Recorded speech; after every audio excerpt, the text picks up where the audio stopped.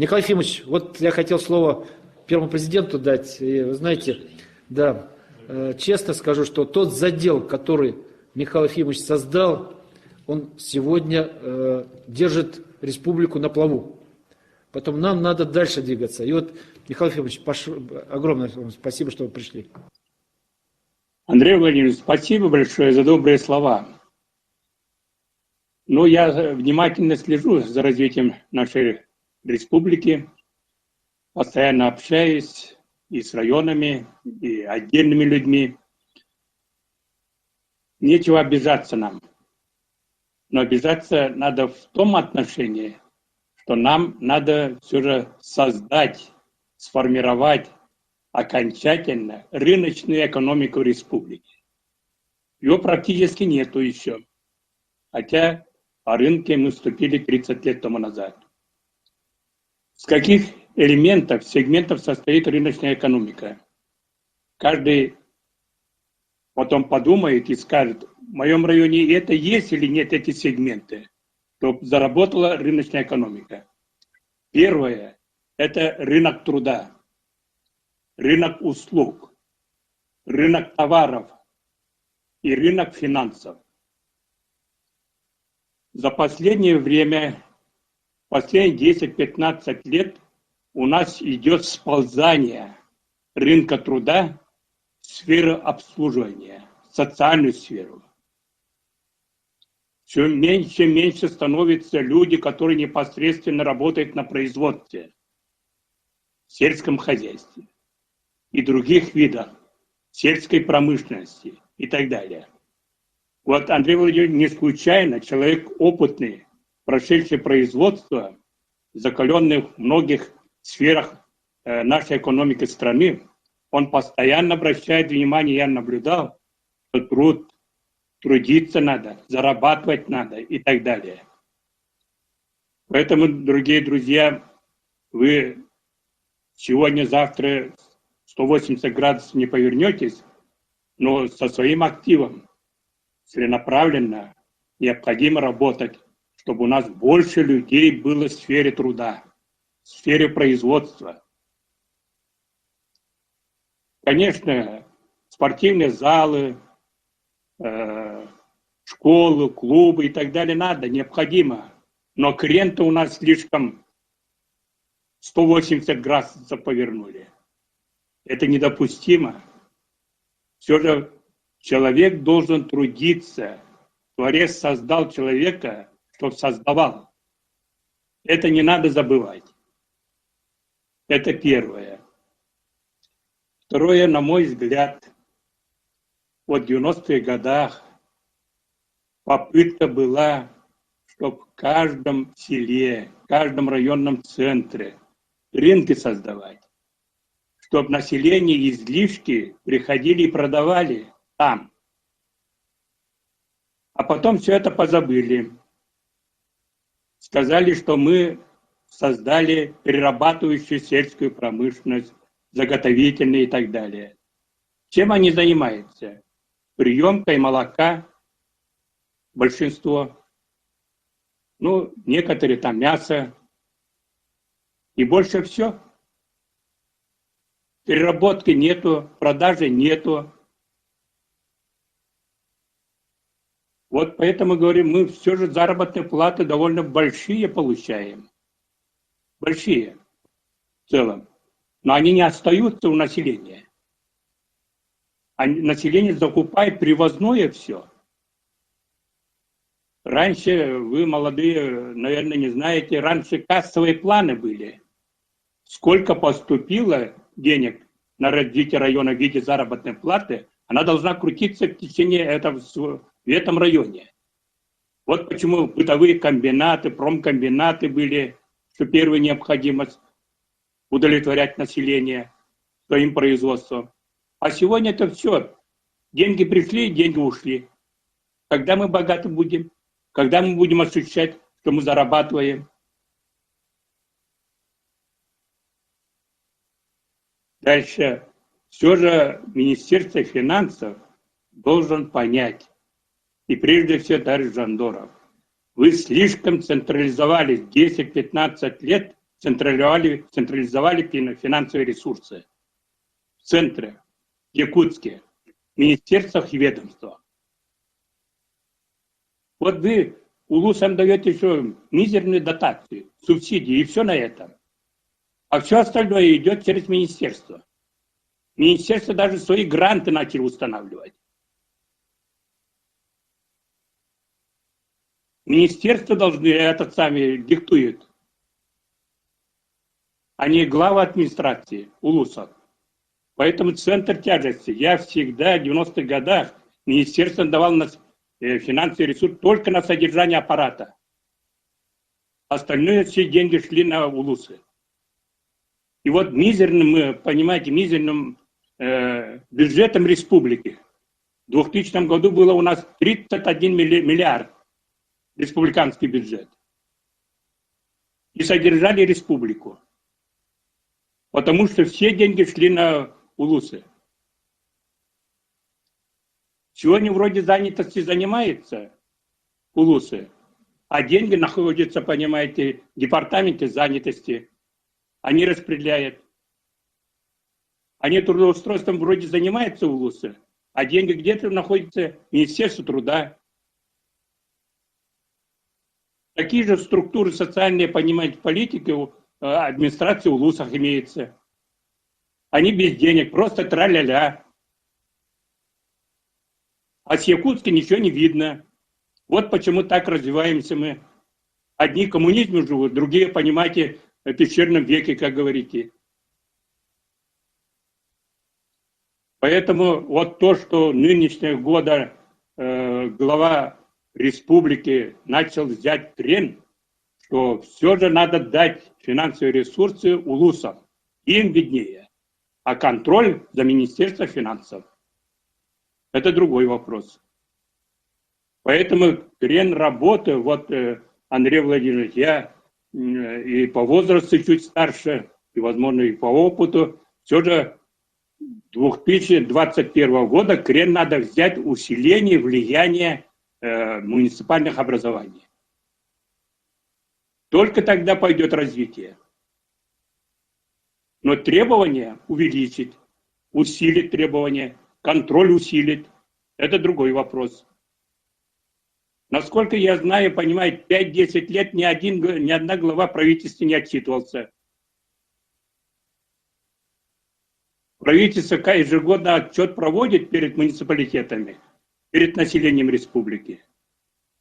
А ни одна глава, понимаете, насколько эффективно финансовые ресурсы используют, что добились, почему демография у нас не поправляется, почему смертность в одном месте стоит, когда огромное вливание делают, почему бедность до предела уже достигла. Почему? Вот на этот вопрос глава должен нести ответственность и отвечать. Централизация в коммунальном хозяйстве. Я много вопросов, примеров не приведу. Вот Актемцев, в одном пятачке там 2 учебных заведения наук и школа муниципальная. Один за котельные платит 2 миллиона. Это котельная Академия наук, Малая Академия наук. А другая, там же рядом стоит котельная школа, платит за год 11 миллионов. Почему? А потому что Академия сами эксплуатирует. А школьная котельная передана, понимаете, Министерству коммунального хозяйства. Почему центральные улусы, которые, понимаете, легко доступные, и транспортная схема хорошая, почему должны централизоваться в Якутске? Почему муниципалитеты не работают? Почему они вот эти огромные расходы взяли бы и сэкономили бы? И так далее и тому прочее. Поэтому это за Министерство финансов. Именно эффективное использование бюджетных средств и децентрализации финансовых ресурсов. У Министерства финансов нет направления стимулировать рост доходов. Муниципалитеты говорят, а зачем нам трудиться, когда вот что-нибудь прибавку получим мы от бюджета? На будущий год срежут наш бюджет. Вот и все. Вот такое мнение глубоко сидит у глав администрации. Потому что это деятельность, негодная деятельность Министерства финансов. Все сокращать. С одной стороны, мы говорим, муниципалитеты зарабатывайте, с другой стороны, все отнимаем. То, что они заработали. Надо было все же, почему-то волнение началось, потому что люди понимают, в чем дело-то. Республиканский бюджет не увеличивается, это не уменьшается, а муниципалитетный бюджет уменьшается. Почему это? Надо было фиксировать, что достигли. И вот тот норматив, который вы вводите, с этого надо начинать, без урезания. Вот тогда правильно было бы, правильный подход. Там 200 тысяч урезали, там 2 миллиона урезали. Вот достигли, понимаете, экономики и наведения порядка. Зафиксируйте, вот прошлогодние, основы сделайте, а дальше по новой методике работайте. Министерство финансов все же надо более внимательно. Товарищ Жандоров, вы давно работаете, хотя не финансист по образованию. Но пора же ведь. То формирование бюджета. Вот я десятками лет одно и то же слышу, ваши подходы. И ильтимяне так отчитываетесь. Ничего нового в вашем выступлении нет. И сегодня не было никакого выступления. Это новизны. Нового подхода. Именно прежде всего стимулировать за счет развития институтов развития.